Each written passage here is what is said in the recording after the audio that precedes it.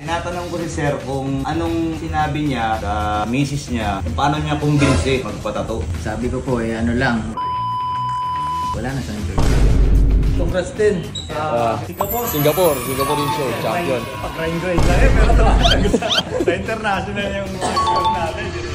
Hey, what up? It's your boy Solar Boy. We're back again for another tattoo session. We're back sa Solar Boy Tattoo Studio. Pero ano tayo ngayon? Sa Sukat Paranaque branch tayo ngayon at medyo maaga tayo. Kasi may mga early clients tayo, 11 AM. Pero mas napaga tayo kasi, hindi actually, hindi kami maaga. Medyo busy lang. Client natin ngayon is from Batangas. Meet up tayo halfway. From QC tayo. Kaya kayo, pag tingin nyo malayo kayo sa QC, pwede tayo dito sa may Sukat Paranaque. Ikaw tol, ito, andito rin si Jeb, ang ating resident artist.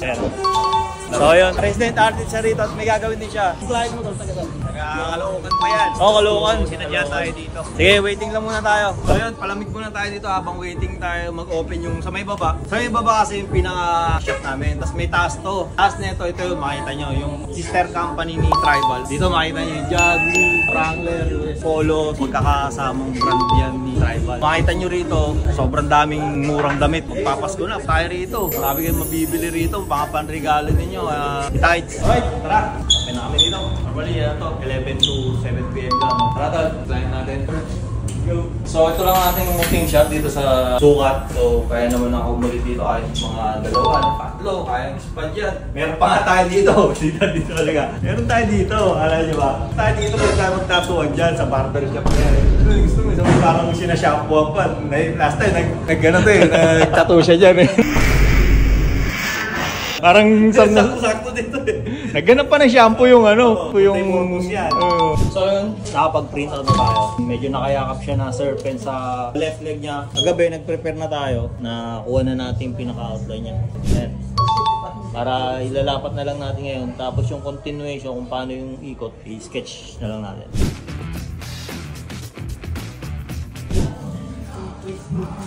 Ganda talaga pag minanual stencil mo na yung outline mo gagawin natin para mabibigyan ka ng magandang stencil. So okay na tayo sa pinaka-dapat ng design natin. Dito mag-freehand na lang tayo para dito siya mag-nanat.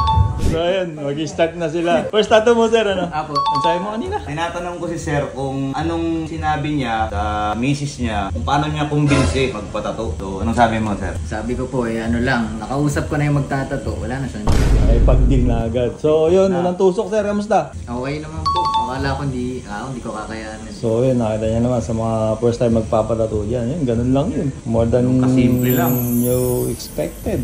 Di ba mas masakit pa kung iiwan ka? Lagi na lang kinukumpara yun. So yun, tayo naman, nandito na. Nag-start tayo sa ilalim din. Makagapang na yan. Paikot-ikutin na lang natin yan dyan.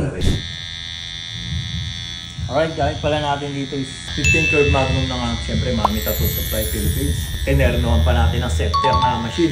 Makikita nyo na palagi sa vlog ko kasi paborito natin gamitin. Lalo na sa shader. So yun, mag-break time muna tayo. Yan ang nagawa natin. So, kita nyo naman. Yung parang tipong kahit yan lang yung nakalagay dyan, makontento ka na. Parang di mo naman kailangan siya punuin. Maangas na. Maangas na. Tara, break time muna. Kaya muna tayo sa mga karinderya dito. Tama natin yung client ni Jeff. Magtotoo ka pala ako, meron mga lugawan, tas nagtotoo lang tayo. Ako, pwede na ako dun. Sa'yo magkano sa amin? Ha? Ito na sa akin. Ikaw muna kasi wala akong pera yun. 50 ang pera ko, kaya inahayaan sa dito sa lugawan eh. Naman lang hindi tayo nagpepera. Pag nagbayad mamaya yung client, malamang Gcash pa yun o kaya credit card, bank transfer, gano'n kasi yung mga ano namin eh, mga transaction namin eh. Hindi ako nagkakash eh. Kaya sa mga gusto patato dyan alam nyo na, pwede credit card, bank transfer, Gcash, Paymaya. Meron pa pala tayong ano no, meron pala akong ginawa sa kanya mga ilang years ago na ba to? Mga 2 years ago. Ganda pa rin yung pasok ng ink sa kanya. Alright. Tapos din ang ating serpent. Parang ano siya no? Mystical na serpent. Basta pakatapang niya. So yan ang ating serpent na pro shot. Wala tayong CPL na dala rito pero meron pala. Bigyan natin ng CPL na kuha. So ang flow niya is yan. Head, then punta siya rito sa inner, then lumabas ulit siya rito. Meron kami reference yan, may konting modification naman tayong ginawa. Total of, siguro mga 12 na tayo nakakapag-start no. Tapos mag-6 na yata. 5 hours ang ating naging session. Alright, we're back dito sa mga ating Solar Boy Tattoo Studio sa Morato. Ayan, dito pala yung natin, squad natin, si Carlo, si Emily. Congrats sa collaboration nyo. Ang lupit Yung collaboration nila ni RJ tsaka ni Carlo. So makita ng live yun. Solidan. Ang linis at congrats din sa Singapore yung show, champion. Tapos na naman. Oo man natin.